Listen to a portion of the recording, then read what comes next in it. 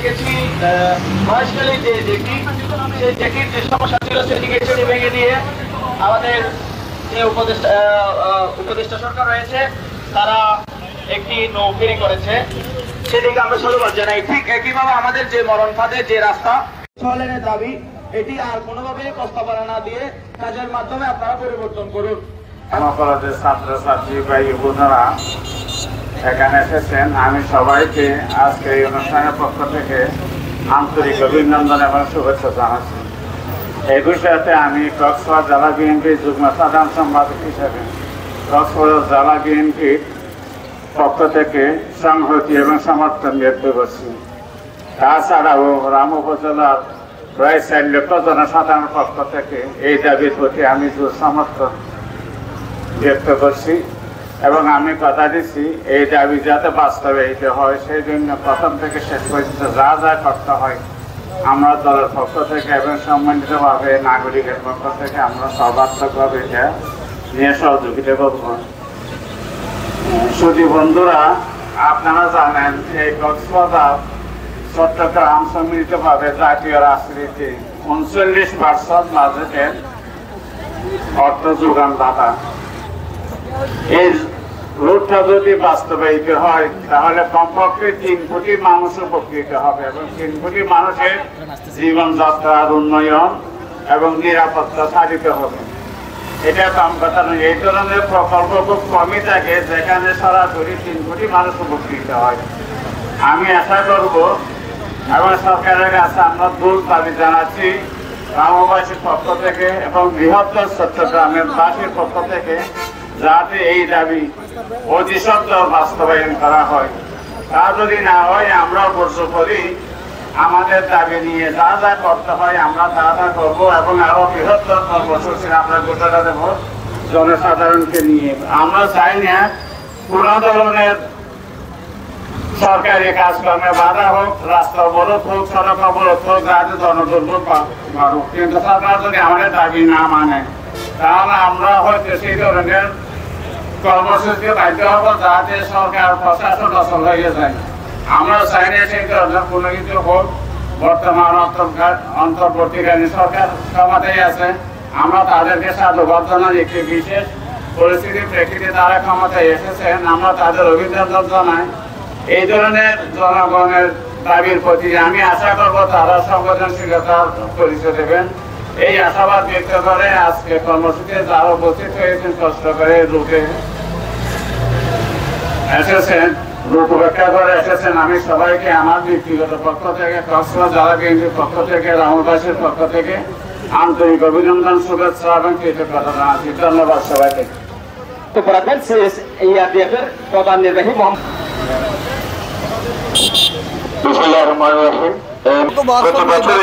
প্রায় 5 কোটি মতো নাগরিক দাবি জানাচ্ছি। একই সাথে লবণবাহী এবং শিল্পের যে গাড়িগুলো এখানে চলাফেরা করে তাদের জন্য আলাদা ল্যান্ড তৈরি করা হয় সরকারের পক্ষ থেকে।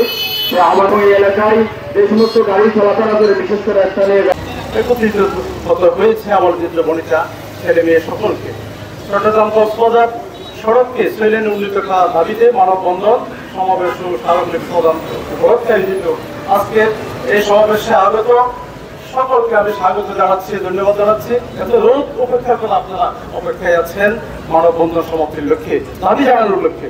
আজকে আমাদের এই দাবি নিয়ে যারা আয়োজন করতেছেন তাদেরকে আমি ধন্যবাদ জানাচ্ছি। আমাদের কক্সবাজার বাংলাদেশে না, শুধুমাত্র বিশ্ব পরিস্থিতির থেকে না, যে জেলায় নিয়মিত 28 লক্ষ জনগণ বসবাস করে তাদের সাথে আরো 28 লক্ষ নিয়মিত যুক্ত হচ্ছে রোহিঙ্গা ক্যাম্প। আর তারা তো আছেই বিশ্বের সর্বপ্রধান রিফিউজি ক্যাম্প আমাদের কক্সবাজারে। বাংলাদেশের দ্বিতীয় বৃহত্তম সেনানিবাস আমাদের কক্সবাজারে, যেটা আমাদের জাতীয় নিরাপত্তার সাথে জড়িত।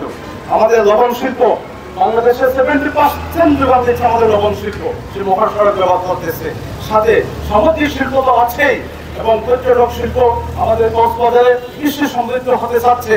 এসব বিষয়ে অত কোটি জনগণ নিয়মিত যোগাযোগ তাদের করতেছে আমাদের চট্টগ্রাম ব্যবহার করতেছে, চট্টগ্রাম কক্সবাজার মহাসড়ক। এটা কিন্তু দাবি রাখা লজ্জাকর। সরকারকে অনেক আগে থেকে অগ্রসর হওয়া দরকার ছিল।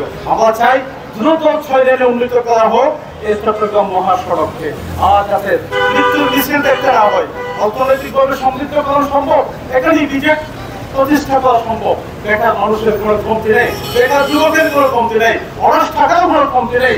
কিন্তু মহাসড়কের দুর্ভাগ্যের কারণে আমাদের সব সম্ভাবনা সুপ্ত হয়ে রয়েছে। দুঃখের বিষয়, আমরা দুঃখের বিষয় দেখতে চাই না। আমাদের শিক্ষা প্রতিষ্ঠানগুলো থেকে অগণিত ছাত্রছাত্রী বের হচ্ছে, তাদেরকে আমরা মানব সম্পদে রূপান্তরিত করতে চাই।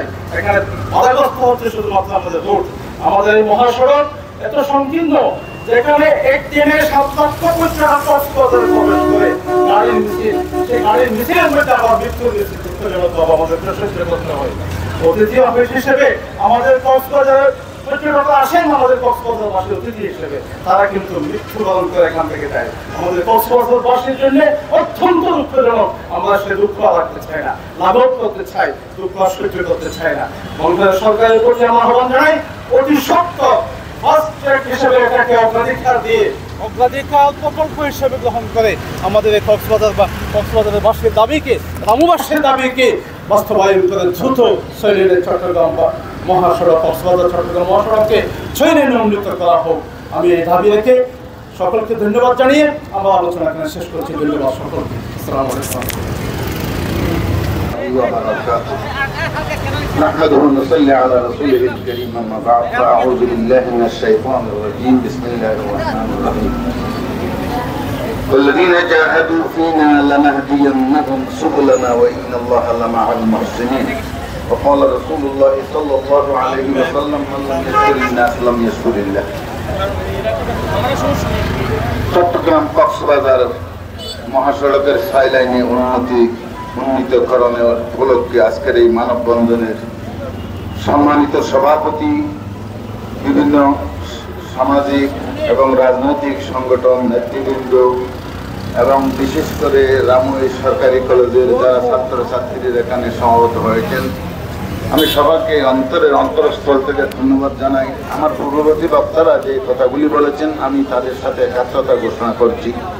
আমি উত্তরবঙ্গের বিভিন্ন জায়গায় সফর করেছি, সেখানে দেখেছি শুধু ব্যাঙ্গারি চলার জন্য 6 লাইন না 8 লাইনে উন্নীত করা হয়েছে। ব্যাঙ্গারি চলে একটা কিছুক্ষণ পর পর, এরকম বাস এখানে বেশি পাওয়া যায় না। 1 ঘন্টা 2 ঘন্টা পরে এরকম কিছু কিছু মালবাহী গাড়ি চলে। আর আমাদের এই চট্টগ্রাম কক্সবাজারে যেখানে লক্ষ লক্ষ মানুষের সমাগম এবং পর্যটকরা সারা বিশ্ব থেকে আসে, এবং বিশেষ করে রোহিঙ্গা ক্যাম্প, তিনি আমার পূর্ববর্তী বক্তা বিশেষ করে রাজারকুল আজিজুল সব বলেছেন এখানে আর্মি ক্যান্টনমেন্ট রয়েছে। তো এখানে প্রতিদিন আমরা দুর্ঘটনার খবর শুনতেছি। তা আজকে আমরা এখানে যারা একত্রিত হয়েছে এই রৌদ্র এরকম বিষম রোদের মধ্যে আল্লাহ তাআলার কাছে দোয়া করব যে আল্লাহ তাআলা যেন আমাদের এই ফরিয়াদকে কবুল করে এবং বর্তমান সরকার অন্তত কাজটা যদি শুরু করে ওনারা পুরা করতে পারবে এটা আমি বলবো না, তবে শুরু করে দিলে ইনশাআল্লাহ আল্লাহ তাআলা পুরা করিয়ে দিবেন। পরবর্তী যে কোনো একটা বাজেট হয়ে গেলে, বিগত সরকারের আমলেও যে সমস্ত বাজেটগুলো হয়েছে এখন কাজ চলতেছে এগুলা, তো এখানেও আপনারা যদি একটা কাজ বিসমিল্লাহ করেন তাইলে আপনাদের এই ইতিহাস আপনাদের জন্য থাকবে ইনশাআল্লাহ। এই কথা, এই আশা ব্যক্ত করে আমি আপনারা যারা এখানে উপস্থিত হয়েছেন সবাইকে অন্তরের অন্তরস্থল থেকে ধন্যবাদ জানিয়ে আমি আমার বক্তব্য শেষ করছি। আয়োজকদেরকেও আবার পুনরায় তাদের শুকরিয়া জ্ঞাপন করছি। আসসালামু আলাইকুম ওয়া রাহমাতুল্লাহি ওয়া বারাকাতুহু।